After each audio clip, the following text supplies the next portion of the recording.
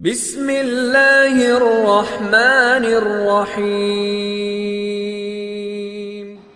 محترم محمد احسان رضا شاہ جہاں پور، وعلیکم السلام ورحمۃ اللہ وبرکاتہ۔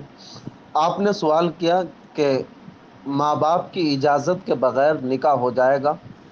حضرت امام اعظم رضی اللہ تعالیٰ عنہ کا مذہب یہی ہے کہ اگر بیٹا اور بیٹی بالغ اور بالغہ ہو جائیں تو وہ خود مختار ہیں، یعنی اب وہ خود کفیل ہو گئے، وہ جو ہے نکاح اگر کریں گے تو ہو جائے گا۔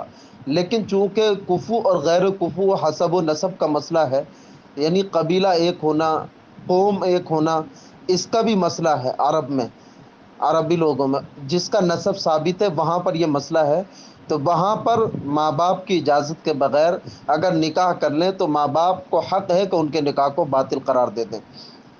تو بہرحال ماں باپ کی اجازت کے بغیر نکاح نہیں کرنا چاہیے، گناہ گار ہوگا انسان، کیونکہ اس میں بہت سی خصلتیں اور راز پوشیدہ ہوتے ہیں۔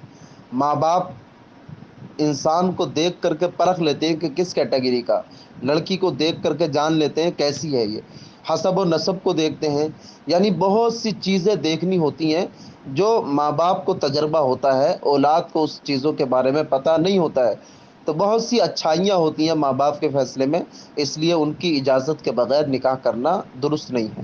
واللہ تعالی اعلم بالصواب۔